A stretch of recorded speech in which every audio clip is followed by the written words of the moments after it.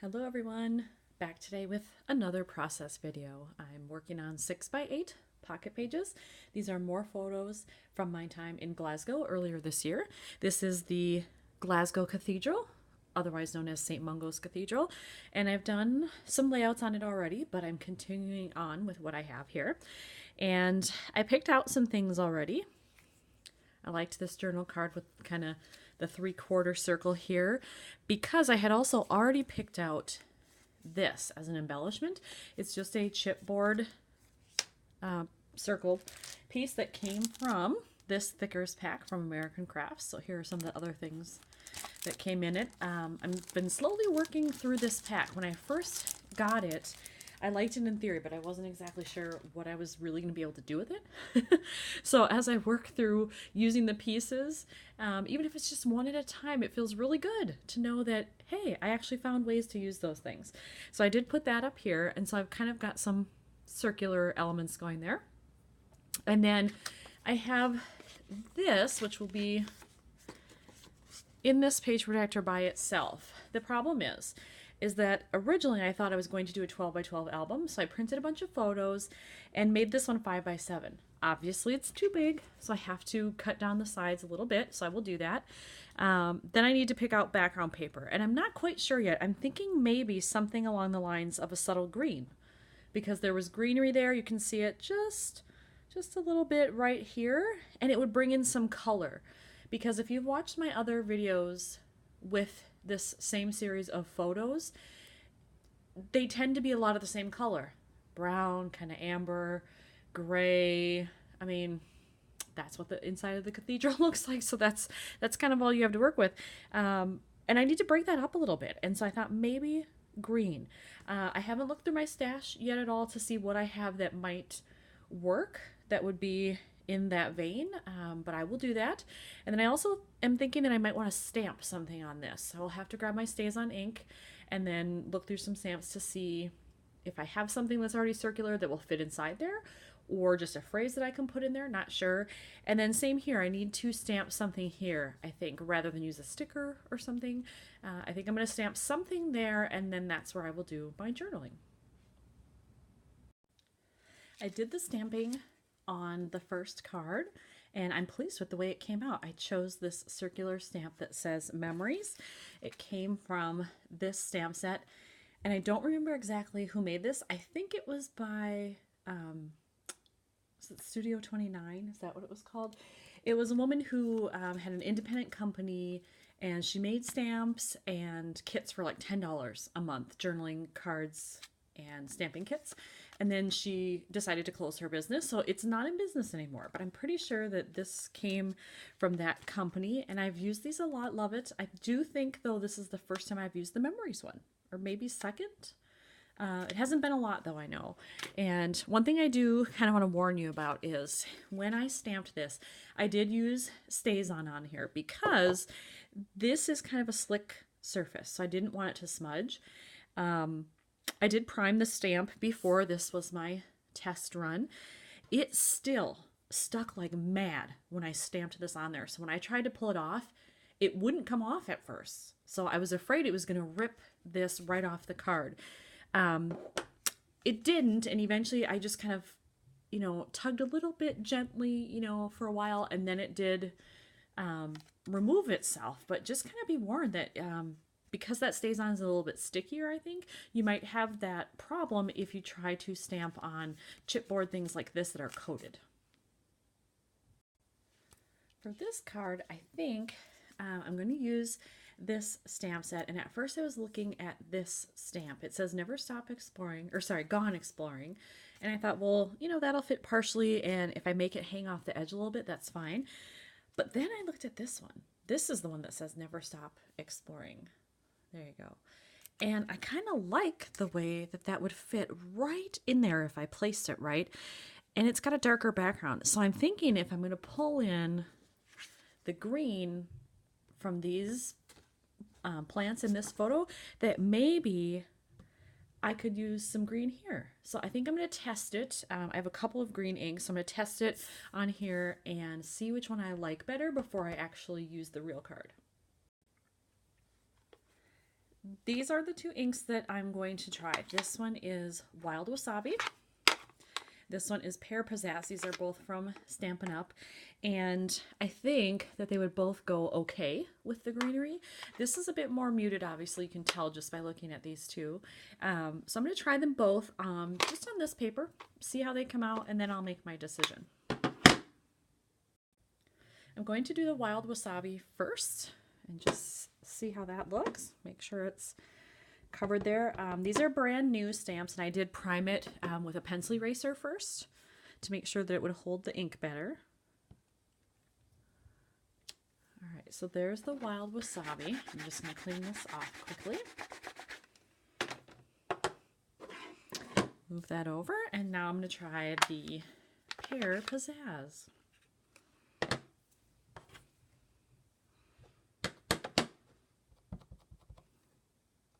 Harder to tell if that one's covered since it's a little bit lighter. Okay, so there's quite a difference in the shades there. I like them both. But in terms of, you know, a color that pops with these photos, I think the Wild Wasabi definitely is a stronger color. So I'm probably going to go with that one. Let's see how they look up next to each other. I like it. It shouldn't discolor too much being on gray. And then here's the photo. Let's see. There's the photo. I do like that. I think that gives it some nice color. And then I'll just have to work at finding a background piece of paper that works over here. But I'm going to go with the Wild Wasabi right in this space. I did the stamping on the card, and I love the way it turned out. Look at that. So pleased with it. And as I was stamping, I remembered that I have some spray mist. It's like the Heidi Shine, but it's not, there's no glitter in it or anything, but it's kind of this color. I think it's called Margarita. So it might be a little bit lighter than this one, but I thought maybe I could just put a few drops on this card to bring in more of that green. So I'm going to do that next. So here is the card after I did the mist, and I will do a close-up here. So you can see it's pretty subtle. There's no glitter in it or anything, but it gives it just enough color. And this is what I used. Memories Miss, and the color is Margarita. I was right on that.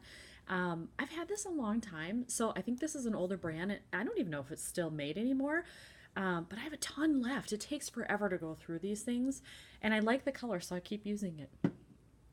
All right, now while I wait for that just to make sure it's absolutely dry, I'm going to go in my stash and I'm going to see if I can find some green that matches these shades here so that I can have some background paper for this side. When I was looking through my stash, I didn't find a solid green, but I found this. This is very busy, but there's kind of an orangey, ambery color in there. It's got the green, and part of the design is little crosses, you know, and they're church photos. So this is very busy to put this right on there. So what I think I'm going to try is I'm going to cut this down to fit into the 6x8 pocket. I definitely need to matte this, and normally I might go with a cream because of this background here, but I have white over here, and then I have white over here, both with the little kind of star things in the background and on this chipboard piece. So I think I'm going to try it on white.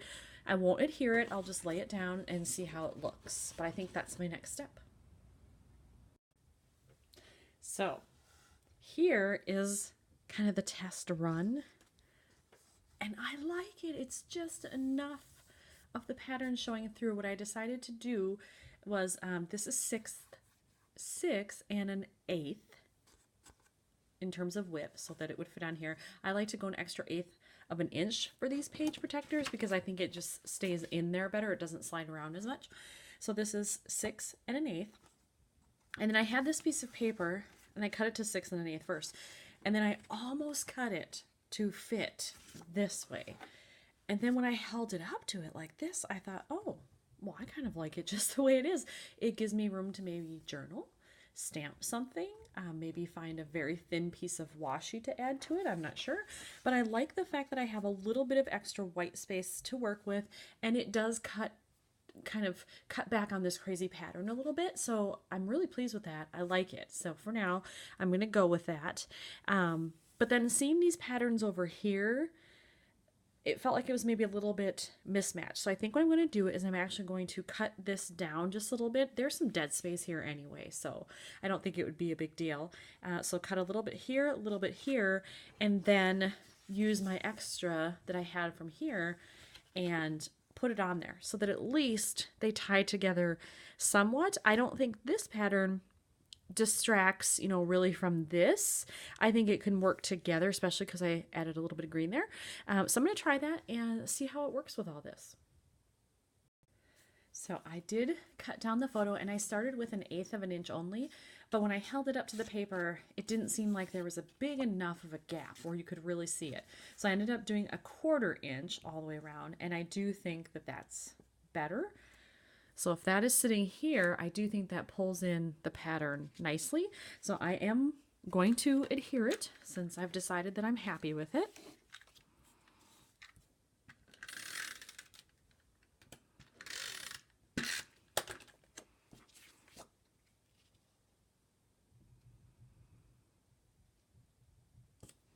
All right. So there's that one. That will sit like that. And then I'm going to adhere this since I've decided that I like that one as well. And I know I do have in my stash, I have some very thin washi that is kind of a metallic copper color. And I'm wondering if that will work with this, given this color. Let's see, I want just not as much at the bottom as I have at the top. Yeah, that's pretty good. All right, so I decided to space it like that. Just a little bit at the bottom, more at the top in case I do want to stamp, journal, put that washi on there or something. So it's going to look like that. Let me grab that washi and just see how it looks. When I went into my stash, this was the washi that I was originally thinking of, which obviously is a very good match. But I forgot that I have this one that came with the same set, and it's kind of a mix. You can see as you turn it, it's got silver, it's got kind of, a little gold in there, plus the copper. And I think that might work nicely to bring that together, plus this grayish color. So I think I'm going to try this one, a thin strip just right here. Luckily, it's washi, so if I don't like it, I can just take it up again and it won't be a big deal. So let's try it here and I will see what I think.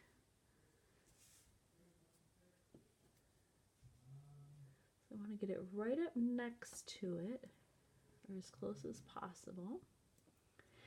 Actually, I think it bent a little bit. Might be easier to just tear off some first and then get it aligned.